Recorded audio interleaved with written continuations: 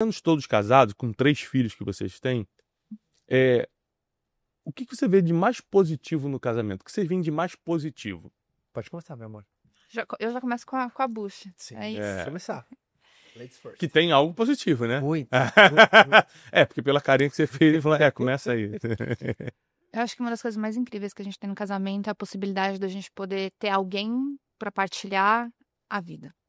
Então, são duas pessoas, são 2 indivíduos, são 2 filhos de Deus, cada um vivendo os seus desertos, cada um vivendo, né, os seus processos, se desenvolvendo, buscando dentro do seu próprio indivíduo a melhora constante. Uhum. Só que estar sozinho nesse processo é muito ruim. É muito difícil. Uhum. Então, poder ter alguém do teu lado que ama as suas virtudes, mas também ama os seus defeitos, te ajuda nos seus defeitos, eleva os seus defeitos, torna a vida completamente diferente, né? Faz com que a vida seja muito mais leve. O que você está falando é muito bonito, mas a maioria das pessoas que nos escutam passaram por traumas, problemas seríssimos no relacionamento. Sim. Porque não é todo mundo que consegue encontrar um parceiro ou uma parceira que é isso aí, que é companheiro de vida. No primeiro problema, muita gente já foge. Na primeira crise, muita gente desiste. Uhum. Eu percebi também, nesses 20 anos de casado, que ficar tanto tempo junto exige muito perdão, paciência. Exige coisas que as pessoas não estão dispostas mais a fazer. Não tem mais paciência. Então, realmente não tem como. Não quero perdoar, então não tem como. Então, agora, qual é a parte complicada? Não vamos falar a parte ruim, porque não existe a parte ruim, mas a parte complicada, difícil do casamento. Até é importante esse ponto que você levantou. Você falou assim, mas não é todo mundo que tem um relacionamento assim. E eu acho que o ponto complicado é exatamente esse. Porque as pessoas olham, entra lá no Instagram da Fabi e do Caio e fala assim, nossa, que casal maravilhoso, 3 filhos, casamento maravilhoso. Hoje é muito bom. Mas não começou dessa forma. Uhum. A gente passou por uns 5 anos, não foi, meu amor? Uns 4, 5 primeiros anos do nosso relacionamento era briga todo dia. Era Deus que queria a gente junto, porque a gente não conseguia se comunicar, a gente não tinha acordo, a gente só sabia brigar, ele falava, eu chorava, aí, sabe, era puro caos. E eu acho que a parte mais complexa do relacionamento é justamente você conseguir passar por essa fase. Uhum. Você conseguir sair do atrito, onde parece que ele fala grego, eu falo outra coisa, ele quer uma coisa, e você conseguir fazer com que, de fato, as duas pessoas pensem a mesma coisa, tenham a mesma visão, querem olhar pro mesmo lado. Então, a gente ficou, né, meu amor, uns 5 anos batendo cabeça. É porque ninguém não vem com a programação de fábrica sobre como viver o casamento. É uma coisa que você aprende ali no dia a dia, né? Então, para mim, a pergunta que você fez, primeiro, qual que é a parte boa, né? Primeiro é o que você falou da companhia, né? Tem uma frase que agora esqueci de quem é, eu queria dar o crédito pro autor, mas a frase é maravilhosa. Ela é a seguinte: uma alegria dividida são 2 alegrias, uma tristeza dividida é só meia tristeza. Boa. Então, você ter alguém ao seu lado, uma alegria dividida, se Uhum. torna muito melhor, né? E eu e a Fabi, a gente começou a vida junto, a gente começou quando a gente não tinha nada, os dois, e a gente passou por todas as fases juntos. Isso é muito legal. A gente passou por outono, primavera, verão, inverno. Então, os invernos não eram tão rigorosos assim, não porque não estava frio, porque a gente estava junto. Os verões ficaram mais ensolarados ainda, não porque, né, porque a gente estava junto. Então, eu acho que isso é muito legal do casamento. Só que, por outro lado, casamento não tem um estágio que ele tá pronto, ele vem se fazendo todo dia. Eu acho que esse é o lance quando você aprende, como a analogia do jardim, não tem uma coisa, agora tá pronto. Bicho, se não tu cuidar, uma semana desarranja de novo. Uhum. Então, como ele é um processo de cultivo diário, você começa a entender que, né, o sim que eu dei pra ela no dia do casamento foi o primeiro sim de milhares que eu já dei. Então, O mais fácil, né, que você tem que fala. continuar dizendo. É o sim mais fácil, na verdade, eu falo, né? É o sim que ela tava maravilhosa, tudo lindo, nossa família tava lá, ela entrou de branco, andando, tava tudo bonito, sabe? Todo mundo preparado, os meus pais ali, bênção de Deus. Então foi o sim mais maravilhoso da minha vida. Aí no outro dia foi sem glamour nenhum, sem ritual nenhum, eu continuei dizendo sim, ela também. Então, quando você entende que esse é o desafio do casamento, que ele é uma decisão diária, que ele é um cultivo diário, né? Quantos casais que eu fico sabendo que terminam e para um outro foi uma surpresa, aquela coisa, amor, eu não quero mais. Eu falo assim, cara, como assim? Tava tudo ótimo. Olha o nível de desalinhamento num casal como esse. Não, recentemente, só pra vocês terem uma ideia, eu quero a opinião de vocês sobre isso, eu tava conversando com um amigo, por isso que eu acho muito importante casais terem amigos casais ou mais experientes, ou que tenham mais fé e mais conhecimento bíblico, alguma coisa desse tipo, para poder te dar um direcionamento numa crise. Esse amigo chegou para mim, casado há trocentos anos também, falou, cara, essa semana eu vou sair de casa. Eu falei assim, você já conversou com ela, com a fulana, para saber o que tá acontecendo? Ele falou, não, vou sair de casa e vou anunciar. Eu falei, não, peraí, me conta o que tá acontecendo, a gente é amigo. E ele contou a história que tá acontecendo, eu falei, cara, mas algo na minha cabeça, né? Eu falei, se você tá me falando a verdade, é algo tão simples de resolver. Aí ele falou, não tem como resolver isso não. Não, muito difícil e tal, ela não entende. Eu falei, então foi o seguinte, me dá uma chance. Vamos almoçar lá em casa? Me dá uma chance de conversar com os dois? A gente, em 3 horinhas de conversa, que 3 horinhas parece muito, mas é pouco para resolver um problema de anos, a gente salvou, quem salva é Deus, né? Mas a gente ajudou a salvar um casamento de 20 anos. E era problema de comunicação, era falta de acordo, de alinhamento de expectativa, assim. O cara falou, cara, eu sou elogiado por todo mundo, ela não me elogia. Eu falei, por que você compromete a partir de hoje a elogiar um pouco mais ele? E você? Ela falou que você some de casa porque você é muito focado no trabalho. Tem como você se comprometer aos sábados e domingo e tal? Tá bom, me comprometo. Ou seja, parecia papo de criança. Vamos fazer um acordinho de criança e resolver um problema. Então, eu acho que o casal, para quem está em casa, é muito importante estar cercado de casais ou mais experientes ou que tem mais fé e conhecimento bíblico que você para poder te direcionar. Porque imagina o casal que o homem do casal só tem amigo solteiro. Quando chega a crise, o cara fala, cara, é isso aí, irmão, a vida de casado é difícil mesmo, vambora, vamos tomar uma e esquecer isso aí. Aí te leva para o mau caminho, entendeu? É que no casamento é aquela coisa, né? Não existe problemas novos, existem casais novos cometendo erros antigos e casais antigos cometendo erros antigos. Aham. Então, quando você tem É sempre a mesma coisa, né? Sempre a mesma. Então, por isso que você ter amigos, um ciclo de apoio com casais mais experientes, né, com mais extensidade de tempo, provavelmente são casais que já passaram por circunstâncias e, obviamente, continuam casados, eles vão conseguir te instruir com uma palavra de incentivo, de direcionamento, de orientação. Isso é bom demais, né? Uhum. Você tem um terceiro fora aquele da bacia das emoções naquele momento. O casal, quando ele se acerta de vez, porque é isso que vocês falaram, né? Os 5 primeiros anos foi complicado. Lá em casa a gente teve 2 épocas de crises muito fortes nesses 20 anos. E quando a gente para pensar, se a gente tivesse só a maturidade que a gente tem hoje, não precisava nem ser todo o conhecimento que a gente tem hoje, só a maturidade, nada teria acontecido.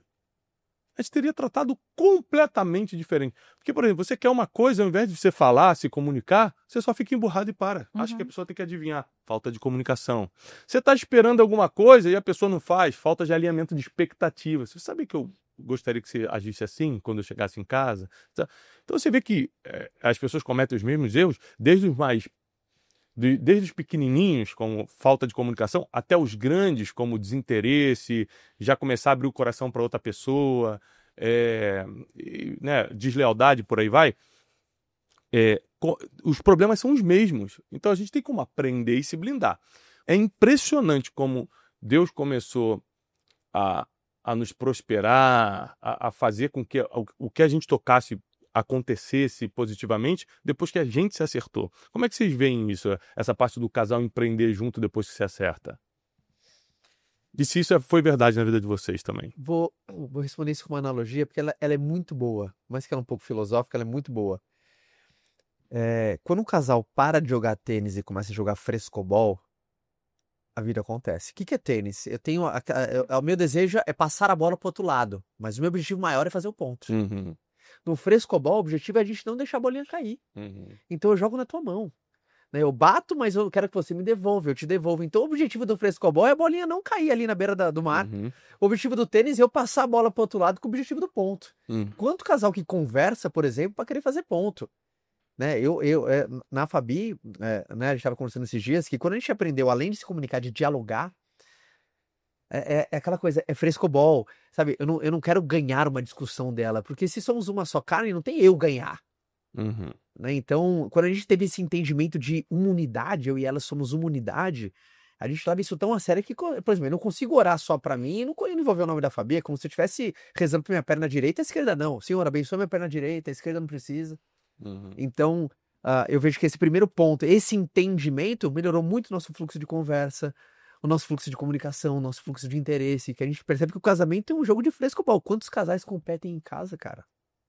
Quantos casais nesse exatamente o cara compete com a mulher dele, a mulher compete com o marido, não é aquela sinergia. Então acho que isso foi determinante, foi uma chave que a gente virou. Principalmente, como a gente começou cedo, né, a gente novinho. E é importante começar cedo, né? É tão melhor. Eu falo isso com meus filhos. E assim, a gente foi amadurecendo cedo também, né? Eu vou fazer 39, né? É mesmo, eu 47. Vou fazer 30. Eu dava uns 47. Então, por mais entre aspas, nós somos jovens, então já tem essa... Bem entre aspas. Né? Eu quase 50 querendo tirar onda. Então, acho que mudou nesse entendimento. Então, por exemplo, uma pergunta que eu faço a todos os casais que estão vindo a gente. Cara, o que você joga? Você tá jogando tênis com teu marido, com a tua mulher, ou você tá jogando frescobol? Sabe?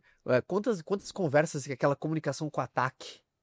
Né? Você já é querendo machucar, você coloca um diálogo querendo impor a tua posição. As emoções falam muito alto, né? As emoções falam muito alto. Não é um diálogo, é um monólogo.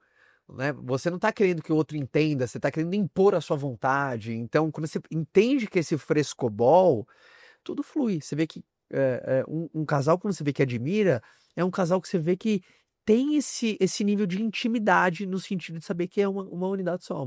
E, obviamente, é desafiador chegar nesse ponto, porque... isso que você tá falando, quando eu faço uma retrospectiva do que a gente fez O que a gente fez na prática? Acho que a gente foi matando cada um pouquinho da própria carne, sabe? Então, deixa eu tirar um pouco do que só eu quero pra conseguir encaixar um pouquinho do que ele quer. Não adianta só eu ser feliz, você também tem que ser feliz. Então, muitas vezes eu vou ter que ceder, muitas vezes você vai ter que ceder. Então, foi tirando os excessos pra gente conseguir se tornar uma única coisa onde os dois ficam felizes naquilo que a gente faz, sabe? Então, foi tirando muitas das coisas que só eu quero.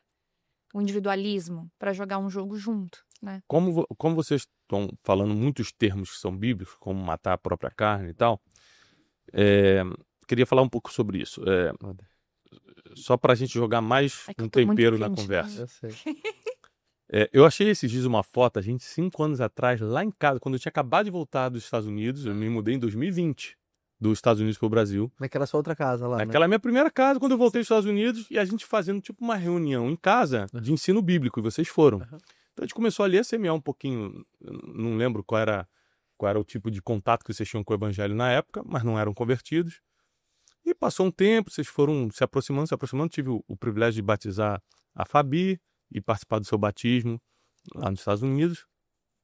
E como é que a espiritualidade amadureceu e deu um novo rumo à família de vocês? Na prática, eu não quero saber da religião, eu quero saber na prática o que aconteceu. Eu começo e você termina? Pode ser. Tá.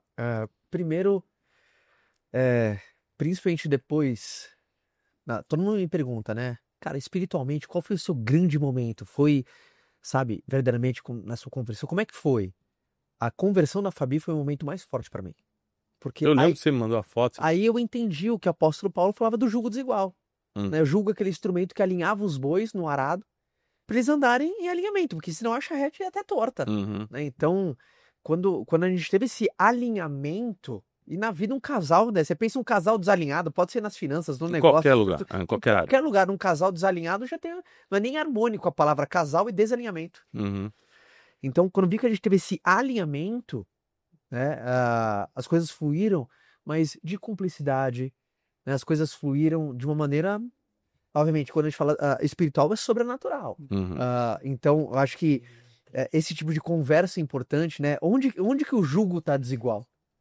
Então, de uma maneira prática, foi quando teve essa neutralidade desse jugo, e aí, obviamente, no dia a dia, a gente teve de ações práticas, a gente teve de empatia, a gente teve de cumplicidade, a gente teve de ceder, a gente teve bons acordos. De ter mais conhecimento bíblico, saber como agir em cada situação. E como agir, mais sabedoria, mais paciência, mais mansidão. Né? São então, os frutos do Espírito. São frutos do Espírito. Então, eu vejo que nesse sentido, mas é muito importante, né? Eu acho que um casal, quando ele tem um desalinhamento espiritual, você não vai conseguir evitar essa conversa. Vai acontecer, ainda mais quando você começa a ter filho. Né? Isso pede mais essa unidade, essa centralidade, né, espiritual. Então, lá em casa foi um passo muito importante assim pra gente.